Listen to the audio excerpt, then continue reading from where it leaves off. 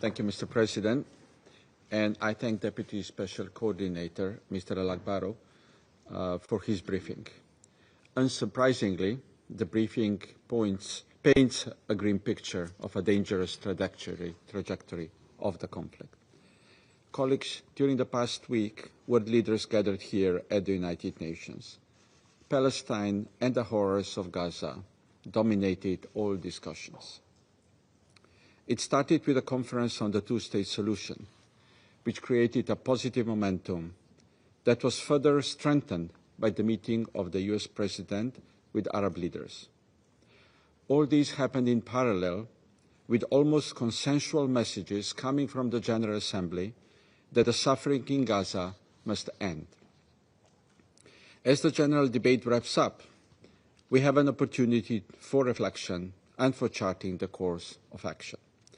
Today, Mr. President, I would like to offer our reflection on partnership for peace. First, for Slovenia, the Palestinian Authority is a crucial partner for peace. While supporting the reform process, we underline that the PA must remain stable and able to govern, provide basic services, and maintain security. We are deeply alarmed over their financial crisis, and we urge the Israeli government to release the Palestinian revenues that Israel is withholding unlawfully. Slovenia has joined the Emergency Coalition for the Financial Sustainability of the Palestinian Authority and allocated funds towards this end. However, this is only an emergency measure.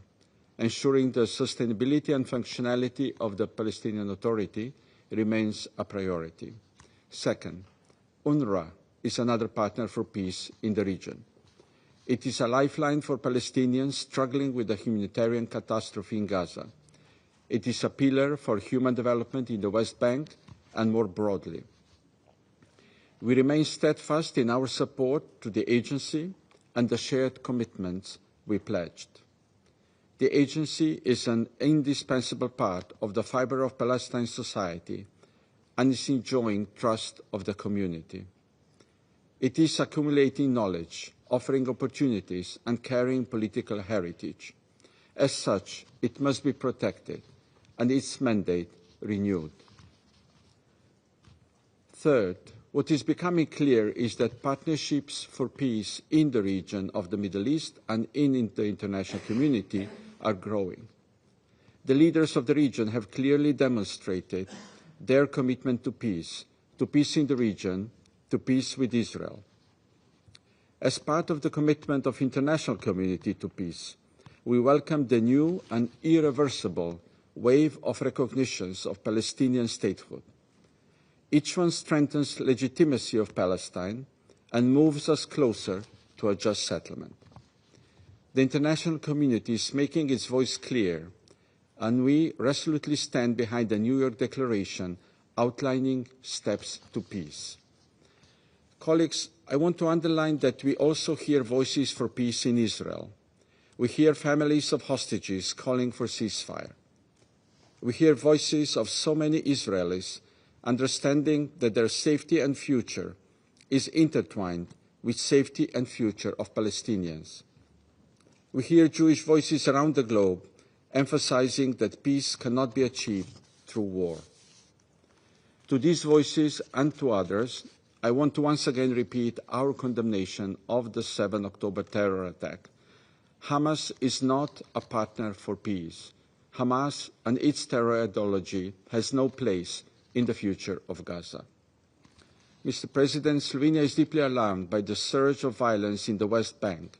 We oppose announcements regarding further expansion of settlement projects, including the E1 project. We are alarmed by the attempts to fragment Palestinian communities and movements restrictions. We call for the compliance with the ICJ advisory opinion. We call for an end to the occupation. Slovenia has taken concrete measures against settlements, as well as against the war in Gaza. Our position on it has equally been clear, and I repeat our call for an immediate, unconditional and permanent ceasefire, the unconditional and dignified release of all hostages, and for unhindered humanitarian assistance in Gaza in line with humanitarian principles. Thank you. I thank the representative of Slovenia for the statement. Now I give the floor to representative of Panama.